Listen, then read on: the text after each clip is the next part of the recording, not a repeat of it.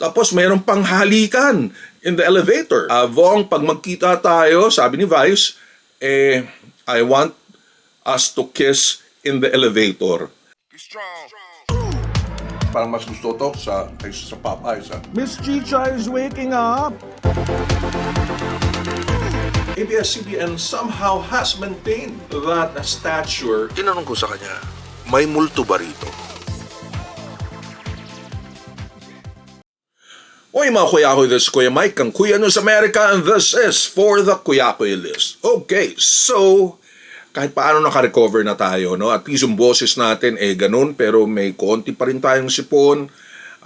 Hopefully maayos na yung ating body in the next few days, pero it's almost there.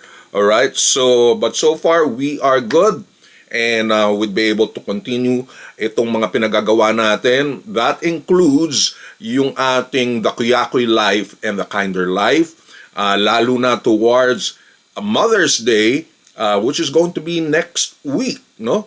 Lalo na sa mga taga-Amerika. So far, taga-Amerika pa lang makakakuha ng mga shirts na ito, ng mga sweatshirts, and even the bag right now. Magandang-maganda ito for your moms, for your grandmoms, for your wife. Some are funny, itong Isnabera, Rampadora, and some are a little more serious. At yung talagang pinagmamalaki, like yung plantita na mom o yung nag-aalaga ng mga pusa. It's for everyone or every nanay na pwede nating maisip. And there will be more shirts. So we want to take a look at that. And of course, there are more shirts na not necessarily Mother's Day inspired. Puntahan niyo yung ating Facebook page na The Kuyakoy Life and The Kinder Life. Again, pakilala niyo po ko o yung ating mga shirts sa ating mga kababayan here in the United States. Eventually, and I think we're able to do that in the very near future, pati Canada and even Europe, makakuha na rin ng The Kuyakoy Life and The Kinder Life shirts.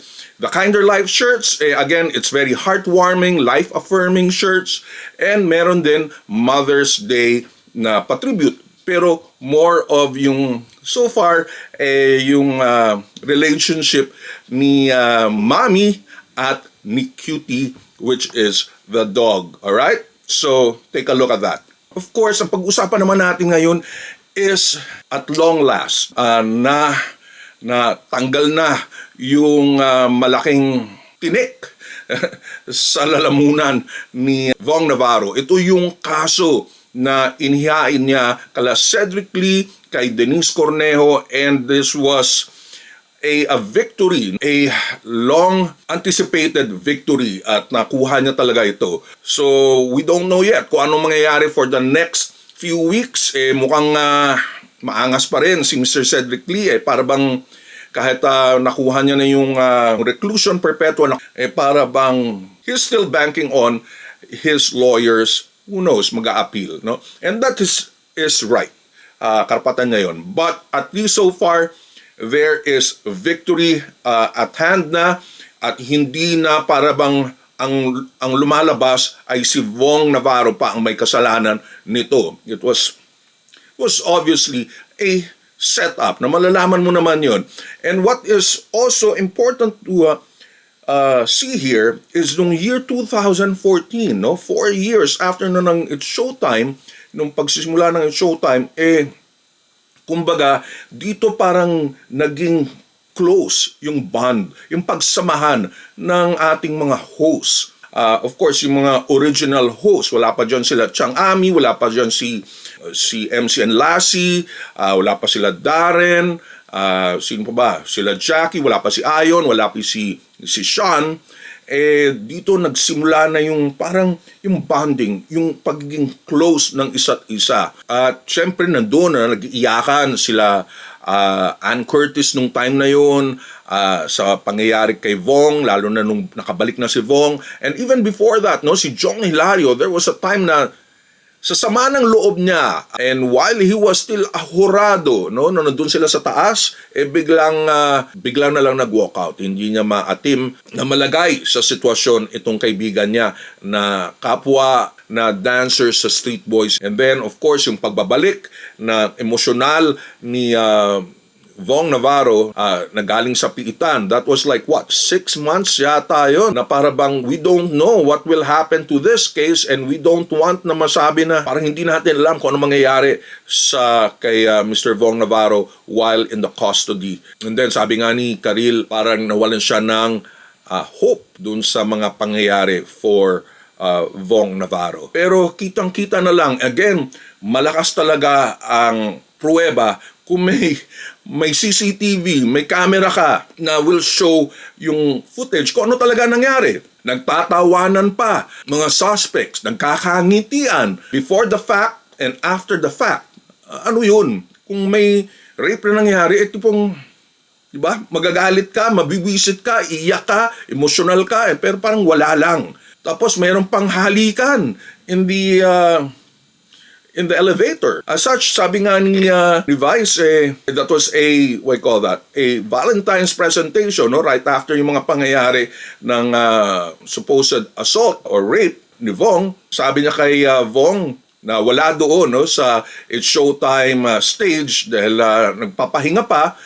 Vong, pag magkita tayo, sabi ni Vice, I want us to kiss in the elevator. That was a, kumbaga, iconic na joke ni Vice noon. Of course, yung pag-mamock in a way ni Vice sa mga sinasabi ni Denise Cornejo nung nag-guest siya sa Star Talk at para bang sinasabi niya, may mga kapatid ka rin, Vong Navarro, something like that, to that effect. In a way, parang a little sabaw sa akin dito si Denise Cornejo. Of course, any rape victim, kailangan pakinggan. Pero kung alam mo naman parang hindi eksakto yung mga sinasabi and it only also being validated ng mga video, mukhang hindi na kapanipaniwala ang side nila Cedric Lee at nila Denise Cornejo at yung mga iba pang nambugbog, okay? Halos sa patayin, and then of course, nangihingi pa ng pera. Kumbaga, nangingikil. So it only shows yung paging close at yung support.